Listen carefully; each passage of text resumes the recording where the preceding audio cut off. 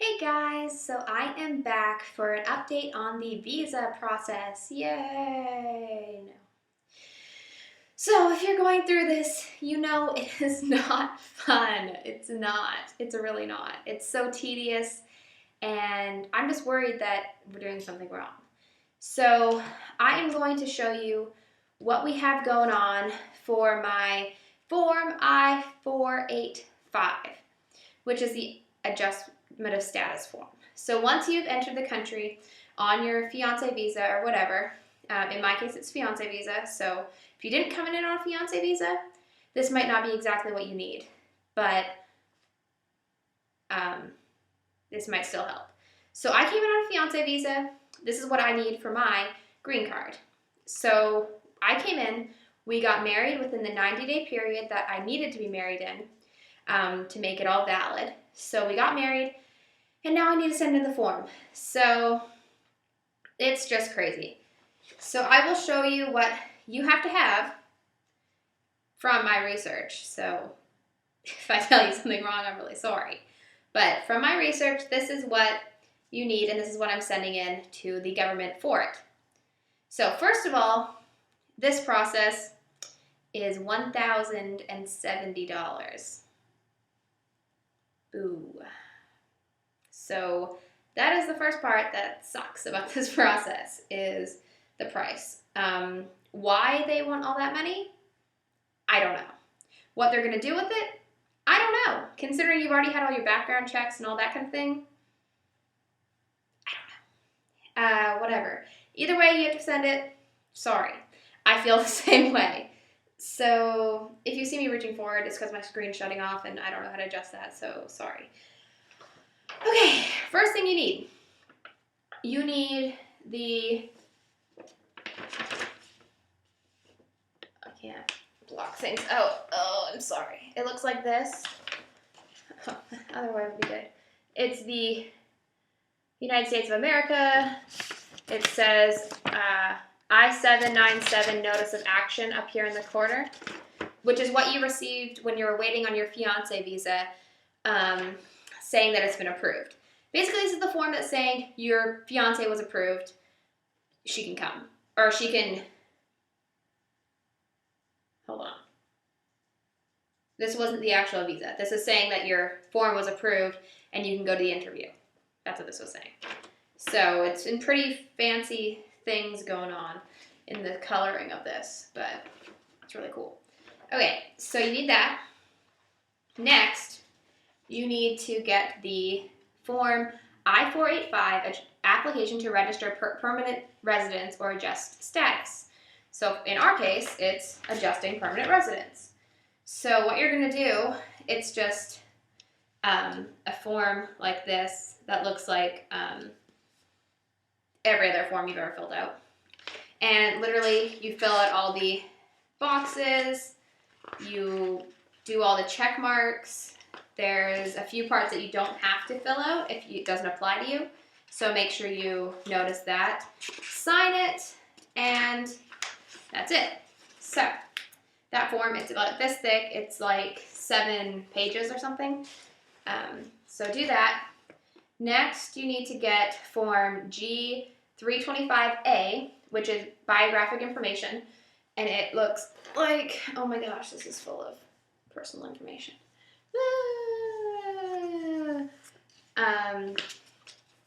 So yeah, it's another one with just boxes. It's not necessarily exciting, but yeah, it's all your biographic information. So it talks about your names, your parents. I need to get date of birth. Well, I'm glad I saw this. I need to fill out the rest of this.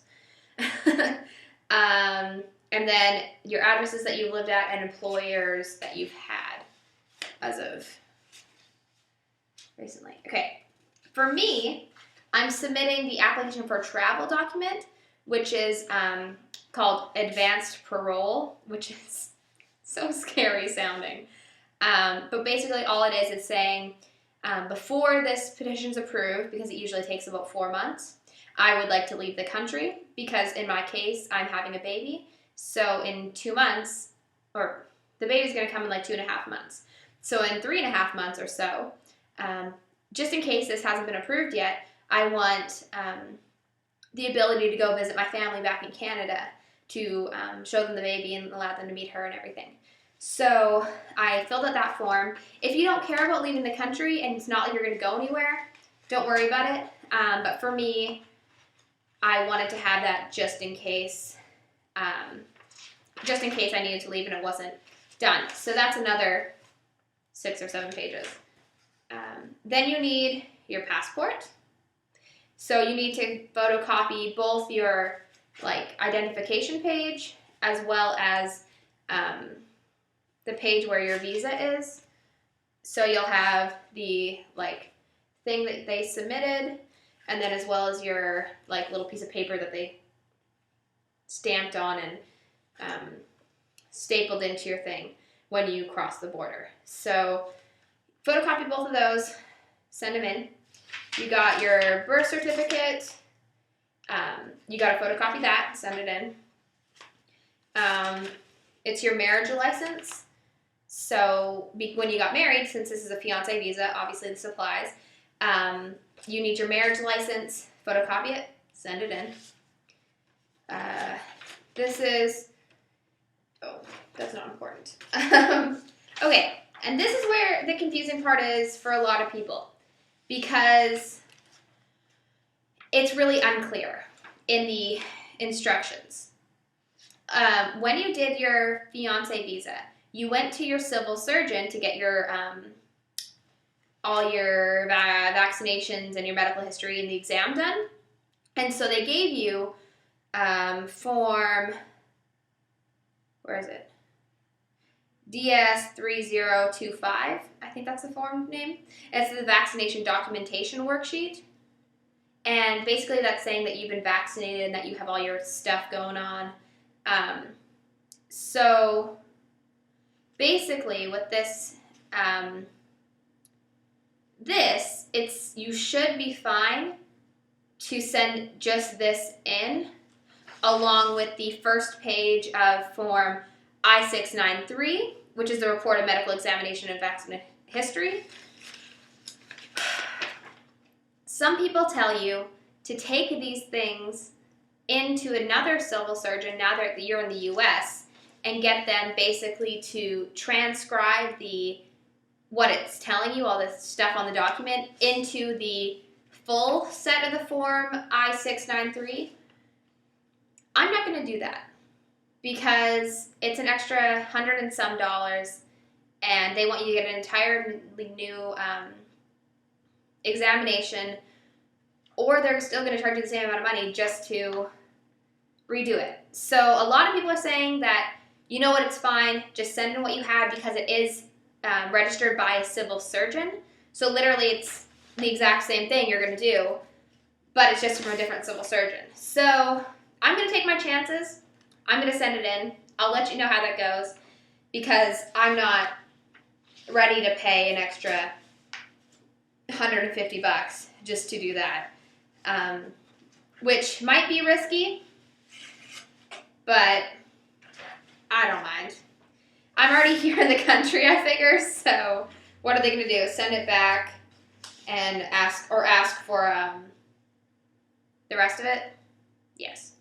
So then you need from your husband or your person that's sponsoring you is the affidavit support documents. So you got form I-864, which is the affidavit support. So you got to fill that all out. It's really pretty long. It's like 10 pages or so. And then that's all his history, or her, if it's your sponsor, about their work and their income, basically. And then as well, send in a letter from their employer, basically stating it basically ours says, to whom it may concern, this letter is to verify that so-and-so is employed at this thing in the position of this. Here's the details of his employment, salary, insert, reporting to, insert, office hours, blah, type, which is permanent or non-permanent, basically, overtime, etc., pay period, vacation, if you require any additional information, please contact so-and-so at blah, blah, blah, blah, blah. Then it's signed by his manager, basically. So that's just saying he's employed. This is what he does. This is what he makes. Done. So we're submitting that along with the affidavit of support, and you'll need the last 3 years of tax returns from your sponsor, and you can put it in. It's down in Part 6, which is sponsors' income and employment, and they want you to write down what they've made during the last 3 years, and then as well you can optionally attach photocopies of or transcripts of the federal tax returns for the second and third most recent tax years. So that's super fun. I don't think we're going to actually send in the photocopies because we had the letter, which I think will be enough. So I'm not really worried about it. But yeah, that's what we have in terms of all the stuff, basically. So that was a lot. I feel like, oh my gosh. Okay, so hopefully you'll be okay with all this. Oh, I lied. That's not all. You need to get passport photos too. So just like you did in your fiancé visa, you need 2 identical passport type photos for your green card, I assume. So I haven't gotten those yet, which is why I didn't show them and almost forgot. But yeah, I need those, so I need to go get them in a few days here. And then we also need to get a complete photocopy of every single thing on here. So you have an entire copy of what you sent in, as well as the package that you actually sent in. So everything I showed you, photocopy every single one of those pages, double photocopy the passport and the birth certificate so you can have one for yourself and one for the thing. But yeah, just try to make sure you have identical copies of both of them, just in case there's an issue, and so you don't have to do it all again. You can just send it off again, or if they ask you for something, you can say, hey, I sent that in, here, look, send it in. So, hopefully that's helpful. Yeah, it's a horrible process. I would never suggest anyone do it unless they have to. So, I'm sorry. Apparently I'm tired. Yeah. So good luck. Good luck doing it. I'll report back when I hear something about it. Yeah, we're going to send it in the next few days here. I think April 1st. So what is it? The 26th today. So we're going to send it in a few days. Hopefully it works. Hopefully all this is what they want and we send it in no problem. The original package that we send in, we had no problem with, so I think it'll be the same with this one. The only thing that I'm kind of concerned about is that whole civil surgeon vaccination thing, but I think that's silly if they want you to get another civil surgeon to literally put the exact same information onto a new form. So I'm going to say we'll be just fine with having the first civil surgeon have it on the same form. So you can make your own judgment call on that. I'm just telling you what I think. So hopefully this is helpful to you, and hopefully you can get this process done easily if you're trying to do it now. So good luck to you, and I will speak with you once we have it all sorted out.